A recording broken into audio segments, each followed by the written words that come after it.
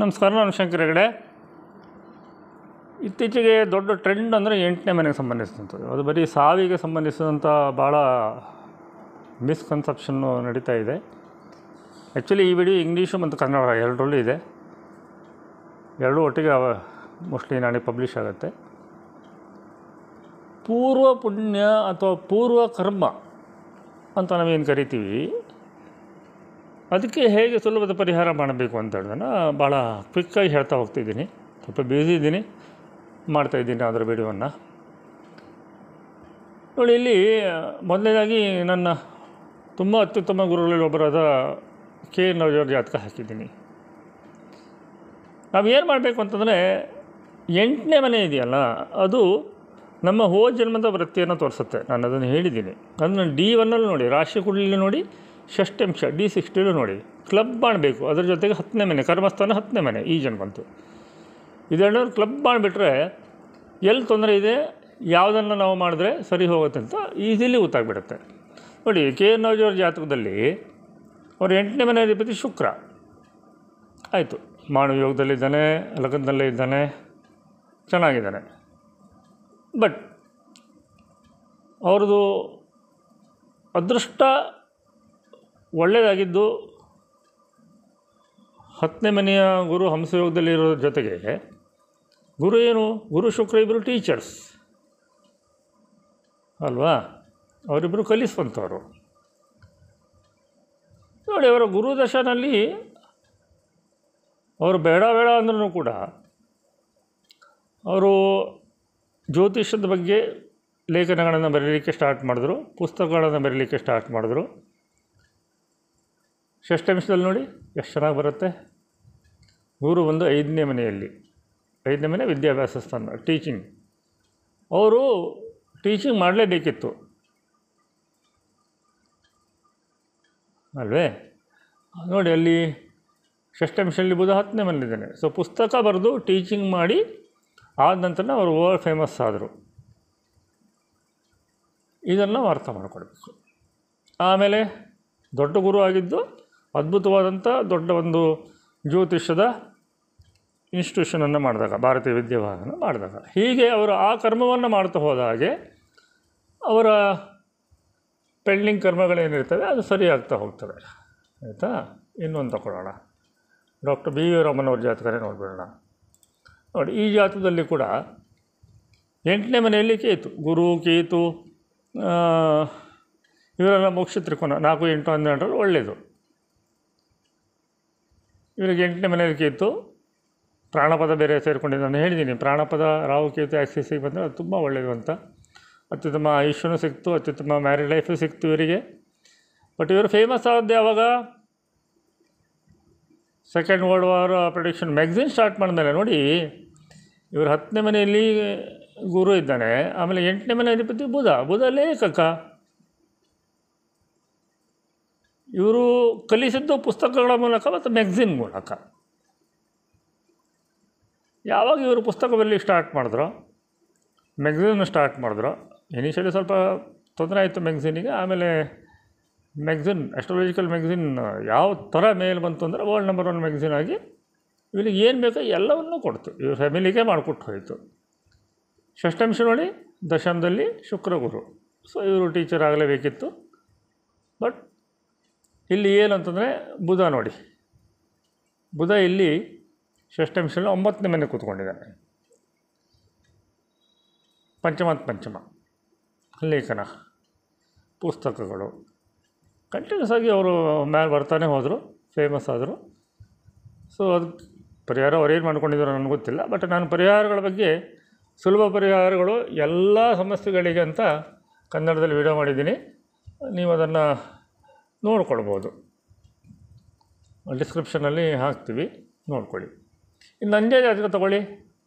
ನೋಡಿ, 8ನೇ ಮನೆಯಲ್ಲಿ ಗುರು, ರಾಜಯೋಗದಲ್ಲಿ ಪುಷ್ಕರ ನವಾಂಶದಲ್ಲಿ, ಅದು ವೃಶ್ಚಿಕದಲ್ಲಿ, ಮಿಸ್ಟಿಕಲ್ ಸೈನ್. ನಾನು ಏನು ಮಾಡಲಿಲ್ಲ ಹೇಳಿ. 8ನೇ ಮನೆ ಅಧಿಪತಿ 10ರಲ್ಲಿ, ಕುಜರಾವು 10ನೇ ಮನೆಯಲ್ಲಿ ಒಟ್ಟಿಗಿರೋದು. ಅದು ಕುಜ ಉಚ್ಚನಾಗಿ ಆಲ್ಮೋಸ್ಟು ಉಚ್ಚ ಡಿಗ್ರಿಗೆ ಭಾಳ ಹತ್ತಿರದಲ್ಲಿದ್ದಾನೆ. ಸೊ ಇದೆಲ್ಲ ತುಂಬ ಒಳ್ಳೆಯದು. ಯಾವುದಕ್ಕೆ, ಅಕಲ್ಟ್ ಸೈನ್ಸಿಗೆ. ಅದರಲ್ಲೂ 8ನೇ ಮನೆ ಗುರು ಏನಿದ್ದಾನೆ ಪುಷ್ಕರ ನವಮಾಂಶ ಅಲ್ಲದೆ ಮೇಷಲಗ್ನಕ್ಕೆ ಗುರು ಅಷ್ಟಮದಲ್ಲಿ ದೊಡ್ಡ ರಾಜಯೋಗ ಪರಾಶರದ ಪ್ರಕಾರ. ಕೇತು ದಶ ಗುರು ಭುಕ್ತಿಯಲ್ಲೇ ಉದ್ಧಾರ ಆಗಿದ್ದು ನಾನು. ಟಿ ವಿಲಿ ಬಂದೆ, ನಾನು ಏನೇನು ಮಾಡಲಿಲ್ಲ, ಮಾರ್ಷಲ್ ಆರ್ಟ್ಸ್ ಮಾಡಿದೆ, ಯಕ್ಷಗಾನ ಮಾಡಿದೆ. ದಿವಂಗತ ಕಣ್ಣಿ ಮನೆಯವರು ಬಾಲಗೋಪಾಲ ವೇಷ ಮಾಡಬೇಕಿದ್ರೆ ನಾನು ಗದಾ ಯುದ್ಧದ ಗೌರವ ಮಾಡ್ತಿದ್ದೆ. ಆಗಿನ ಕಾಲದಲ್ಲಿ ಕಿಸಲ್ಲಿ 100 ರೂಪಾಯಿ ಇಟ್ಕೊಂಡು ತಿರುಗ್ತಿದ್ದೆ ನಾನು. ಬಹುಮಾನ ಬರ್ತಿತ್ತು ನನಗಷ್ಟು 12ನೇ ವರ್ಷಕ್ಕೆ 83ರಲ್ಲಿ. ಸೊ ಬಟ್ ಅದು ಯಾವುದೂ ಮಾರ್ಷಲ್ ಆರ್ಟ್ಸ್ ಮಾಡಿದೆ, ಅದು ಯಾವುದೂ ಸಕ್ಸಸ್ ಆಗಲಿಲ್ಲ. ಕೊನೆಗೂ ನನಗೆ ಜ್ಯೋತಿಷ್ಯನೇ. ಬಟ್ 2010ರವರೆಗೆ ನಾನು ಜ್ಯೋತಿಷ್ಯಕ್ಕೋಸ್ಕರ ಡಿಮ್ಯಾಂಡ್ ಮಾಡಿ ದುಡ್ಡು ತಗೊಳ್ತಿರಲಿಲ್ಲ, ಕೊಟ್ಟಷ್ಟು ತಗೊಳ್ತಿದ್ದೆ. 2010 ನಂತರ ಡಾಕ್ಟರ್ ಆರ್ ಗಣೇಶ್ ಅವರು ಮತ್ತು ಗಾಯತ್ರಿ ದೇವಿಯವರು ಎಲ್ಲ ಸಜೆಸ್ಟ್ ಮಾಡಿದ ನಂತರ ನಾನು ನಿಧಾನಕ್ಕೆ ಚಾರ್ಜಸನ್ನು ಮಾಡಲಿಕ್ಕೆ ಸ್ಟಾರ್ಟ್ ಮಾಡಿದ್ದು. ಇಲ್ಲಾಂದರೆ ಕೊಟ್ಟಷ್ಟೇ ತೊಗೊಳ್ಬೇಕು ಅಂತ ನನ್ನ ಗುರುಗಳು ಹೇಳಿದರು, ಅದನ್ನೇ ಮಾಡ್ತಿದ್ದಿದ್ದು. ನಾನು ಮನಿ ಮೈಂಡೆಡ್ ಆಗಿದ್ದರೆ 2-3 ಅಪಾಯಿಂಟ್ಮೆಂಟ್ ಕೊಟ್ಕೊಂಡು ಸುಮ್ಮನೆ ಇರ್ತಿರಲಿಲ್ಲ. ಬೆಳಗಿಂದ ಸಂಜೆವರೆಗೆ 10 ಜಾತಕ ನೋಡಿಕೊಂಡು 7:30 ಅದು ಇದು ಹೇಳ್ಕೊಂಡು ಇರ್ತಿದ್ದೆ. ನೋಡಿ ಇಲ್ಲಿ ನಾನು ಹೇಗೆ ಹೇಳ್ಕೊಬಂತು ಆ ಕರ್ಮ ಅಂತಂದರೆ, ನನ್ನ ಗುರುಗಳು ಹೇಳಿದರು, ಊರಿನ ಗುರುಗಳು, ಜ್ಯೋತಿಷ್ಯ ಕಲಿಸ್ಬೇಕಿದ್ರೆ ನನಗೆ ಇದೆಲ್ಲ ಬೇಡ, ಮತ್ತೊಂದಿಷ್ಟು ತಲವಾರು, ಲಾಟಿ, ಮಾರ್ಷಲ್ ಆರ್ಟ್ಸ್ ಇನ್ನಿಷ್ಟು ಕಲಿಸು ಅಂತ ನಾನು ಕೇಳ್ಕೊಂಡಾಗ, ಇಲ್ಲ ನಿನಗೆ ಗೊತ್ತಾಗುತ್ತೆ ಒಂದು ದಿವಸ ಅಂತ ಹೇಳಿದರು. ನಾನು ಲೆಕ್ಚರರ್ ಆಗಿದ್ನಲ್ಲ, ನೋಡಿ ಅದು ಟೀಚಿಂಗ್ ಫೀಲ್ಡೇ. 92, 93, 94 ಅದೆಲ್ಲ ಟೀಚಿಂಗ್ ಫೀಲ್ಡ್ ಆಗಿತ್ತು. ಬಟ್ ಜ್ಯೋತಿಷ್ಯ ಅಲ್ಲಾಗಿತ್ತು. ಒಂದು ದಿವಸ ಊಟಕ್ಕೆ ದುಡ್ಡಿರಲಿಲ್ಲ, ಯಾರೋ ದುಡ್ಡು ಕೊಟ್ಟು ಜ್ಯೋತಿಷ್ಯ ನೋಡೋದಕ್ಕೆ ಇಟ್ಟುಕೊಂಡೆ, ಊಟಕ್ಕಾಯಿತು ಅಂತ. ಅಲ್ಲಿಂದ ಕೊಟ್ಟದನ್ನು ತಗೊಳ್ಳಿಕ್ಕೆ ಸ್ಟಾರ್ಟ್ ಮಾಡಿದೆ. ಬಟ್ ಡಿಮ್ಯಾಂಡ್ ಮಾಡ್ತಾ ಇರಲಿಲ್ಲ. 2010ರಿಂದ ಡಿಮ್ಯಾಂಡ್ ಮಾಡಲಿಕ್ಕೆ ಸ್ಟಾರ್ಟ್ ಮಾಡಿದೆ, ಇಲ್ಲಿವರೆಗೆ ಬಂದಿದ್ದೀನಿ. ಆಮೇಲೆ KN ರಾವ್ ಹೇಳಿದ್ದು, ನೀನು ಬರೀಬೇಕು, ನೀನು ಬರೆದ್ರೆ ಮಾತ್ರ ಉದ್ಧಾರ ಆಗ್ತೀಯ ಅಂತ. ಅದು ದಶಾಂಶದಲ್ಲಿದೆ, ಅದರ ಸೀಕ್ರೆಟನ್ನು ಮುಂದೆ ಹೇಳ್ತೀನಿ. ಅವರ ಮ್ಯಾಗಝೀನಿಗೆ, ವರ್ಲ್ಡ್ ಫೇಮಸ್ ಮ್ಯಾಗಝೀನಿಗೆ ಬರಲಿಕ್ಕೆ ಸ್ಟಾರ್ಟ್ ಮಾಡಿದ್ಮೇಲೆ ನಾನು ವರ್ಲ್ಡ್ ಫೇಮಸ್ ಆಗಿದ್ದು. ಷಷ್ಠಾಂಶ ನೋಡಿ, ಅಲ್ಲೂ ಕೂಡ ಅಷ್ಟಮಾಧಿಪತಿ ಗುರು ದಶಮದಲ್ಲಿದ್ದು ನನ್ನ ವೃತ್ತಿ ಯಾಕೆ ಜ್ಯೋತಿಷ್ಯ ಅದಕ್ಕೆ ಸಂಬಂಧಿಸಿದ್ದು ಅಂತ ತೋರಿಸ್ತಾ ಇದೆ. ಮತ್ತು ಅದಕ್ಕೆ ಬುಧನ ಒಂದು ದೃಷ್ಟಿ ಇದೆ ನೋಡಿ. ಸುಲಭದಲ್ಲಿ ಡಿಕೋಡ್ ಮಾಡ್ಬೋದು. ಈ ಥರ ನಾವು ನಮ್ಮ ವೃತ್ತಿನ ಸೆಲೆಕ್ಟ್ ಮಾಡ್ಕೊಂಡ್ಬಿಟ್ರೆ ಈಸಿ ಆಗುತ್ತೆ. ಇನ್ನೊಂದು ಕೇಸ್ ಹಾಕ್ಬಿಟ್ಟು ಮುಗಿಸ್ಬಿಡ್ತೀನಿ. ಈ ಕೇಸಲ್ಲಿ ನೋಡಿ, 8ನೇ ಮನೆ ಅಧಿಪತಿ ಬುಧ, 11ನೇ ಮನೆ ಅಧಿಪತಿನೂ ಹೌದು, ಆಯಿತಾ. 5ನೇ ಮನೆ ಅಧಿಪತಿ ಗುರುನೇ, 12ರಲ್ಲಿದ್ದಾನೆ, ಅದು ಬಿಡಿ. 5ನೇ ಮನೆಯಲ್ಲಿ ಚಂದ್ರ ಇದ್ದಾನೆ, ಇಮ್ಯಾಜಿನೇಷನ್ನು. 8ನೇ ಮನೆ ಅಧಿಪತಿ ಬುಧ, ಲಾಜಿಕ್ ಅಲ್ವಾ. ಇವರು ನನ್ನ ಹತ್ರ ಬರುವಾಗ 2004-5 ಬಂದಿದ್ದರು. ಆಗ ನಾನು ಒಂದು ಪ್ರಿಡಿಕ್ಷನ್ ಕೊಟ್ಟಿದ್ದೆ, 2002, 2003, 2004 ಅದ್ರ ಮಧ್ಯೆ ಬಂದಿದ್ದಾರೆ ಅವರು. ನೀವು ನೋಡ್ಕೊಳ್ಬೋದು. ಅಂದರೆ ಶ್ರೀ ಮುಖೇಶ್ ಅಂಬಾನಿ ಮತ್ತು ಅನಿಲ್ ಅಂಬಾನಿ ಫ್ಯಾಮಿಲಿ ಡಿಸ್ಪ್ಯೂಟಲ್ಲಿರಬೇಕಿದ್ರೆ ನಾನು ಹೇಳಿದ್ದೆ. ನನಗಾಗಿ ಏನೂ ಗೊತ್ತಿರಲಿಲ್ಲ ಸ್ಟಾಕ್ ಮಾರ್ಕೆಟು. ನನ್ನ ಹತ್ರ ನೋಡಿ ಈ ಜಾತಕ ಇದೆ, ಇದರ ಪ್ರಕಾರ ಇಬ್ಬರು ಬ್ರದರ್ಸು ಸಪ್ರೇಟ್ ಆಗ್ತಾರೆ ಮತ್ತು ರಿಲಯನ್ಸ್ ಬೀಳುತ್ತೆ, ಇಷ್ಟೇ ಹೇಳಿದ್ದೆ ನಾನು. ಅವರು ಅದನ್ನೇ ಇಟ್ಕೊಂಡು, ಆಯಿತು ನೀವು ಏನು ಹೇಳ್ತೀರಿ ಅಂತ ಕೇಳಿದ್ರು. ನಾನು ಹೇಳಿದೆ, ನೀವು ವಾಪಸ್ ಸ್ಟಾಕ್ ಮಾರ್ಕೆಟಿಗೆ ಹೋಗಿ ಅಂತ. ಅವ್ರು ಬಿಟ್ಬಿಟ್ಟಿದ್ರು ಅಷ್ಟೊತ್ತಿಗೆ. ಮತ್ತು ಸ್ಟಾಕ್ ಮಾರ್ಕೆಟಿಗೆ ಎಂಟ್ರಾದರು. ಸಿಕ್ಕಾಪಟ್ಟೆ ದುಡಿದು ನಿಮಿಷಗಳಲ್ಲಿ ಲಕ್ಷ ದುಡಿಯುವ ಲೆವೆಲಿಗೆ ಹೋದರು. ಆಮೇಲೆ ನೋಡಿ ಇಲ್ಲಿ ಷಷ್ಠಾಂಶ ನೋಡಿ, 10ನೇ ಮನೆಯಲ್ಲಿ ರಾಹು, ಅದಕ್ಕೆ ಮತ್ತೆ ಬುಧನ ದೃಷ್ಟಿ. ಬುಧ ಬ್ರೋಕರ್, ಹೌದಾ. ಬ್ರೋಕರೇಜ್ ಸಿಕ್ಕಾಪಟ್ಟೆ ಬರ್ತಿತ್ತು. ಒಂದೊಂದು ದಿವಸಕ್ಕೆ 1 ಲಕ್ಷ ಹಾಕಿದವರಿಗೆಲ್ಲ 10 ಲಕ್ಷ 20 ಲಕ್ಷ ಎಲ್ಲ ಆಗಿನ ಕಾಲದಲ್ಲಿ ಮಾಡಿಕೊಟ್ಟಿದ್ರು. ಬಟ್ ಇವರು ಶುಕ್ರ ಅಲ್ಲಿ ಸರಿ ಆಗೋದಿಲ್ಲ. 7, 12ನೇ ಮನೆ ಅಧಿಪತಿ. ನಾನು ಬೇಡ ಹೇಳಿದ್ದೆ ಫಿಲಿಮ್ ಫೀಲ್ಡ್ ಅವರಿಗೆ. ಅದಕ್ಕೆ ಹೋಗಿ ಸ್ವಲ್ಪ ತೊಂದರೆ ಆಯಿತು. ಬೇಡ ಬಿಡಿ, ಅವರಿಲ್ಲ ಈಗ ಅದ್ರ ಬಗ್ಗೆ ಮತ್ತೆ ಮಾತಾಡಿ ಏನು ತೊಂದರೆ, ಇದು ಪ್ರಯೋಜನ ಇಲ್ಲ. ಬಟ್ ನಾನು ಸಿಂಪಲ್ ಸಜೆಷನ್ ಕೊಟ್ಟೆ, ಸ್ಟಾಕ್ ಮಾರ್ಕೆಟ್ ರೀಸ್ಟಾರ್ಟ್ ಮಾಡಿ, ನಿಮ್ಗೆ ರೈಟ್ ಟೈಮ್ ಅಂತ. ನೀವು ಆ ಟೈಮನ್ನು ನೋಡ್ಕೊಳ್ಬೋದು. ನಾನು ದಶ ಅಷ್ಟೇ ಹಾಕಿದ್ದೀನಿ.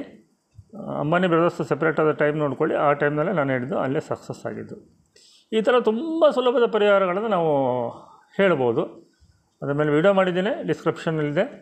ಅನೇಕ ಸಮಸ್ಯೆಗಳಿಗೆ ಸುಲಭ ಪರಿಹಾರಗಳು ಅಂತ, ಅದನ್ನು ನೋಡ್ಕೊಳ್ಳಿ. ಮತ್ತೇನಾದರೂ ಡೌಟ್ಸ್ ಇದ್ದರೆ ಕೇಳಲಿಕ್ಕೆ ಮರಿಬೇಡಿ. ಮತ್ತು ಟೆಕ್ನಿಕಲ್ ಡೌಟ್ಸ್ ಮಾತ್ರ ಕೇಳಿ. ನಿಮ್ಮ ಜಾತಕ ಹಾಕಿಬಿಟ್ಟು ಹಾಗೆ ಹೀಗೆ ಅಂತ ಕೇಳಿದ್ರೆ ನಾನು ಉತ್ತರ ಕೊಡೋದಿಲ್ಲ. ಮುಂದಿನ ವಿಡಿಯೋದಲ್ಲಿ ಮತ್ತೆ ಸಿಗೋಣ. ನಮಸ್ಕಾರ.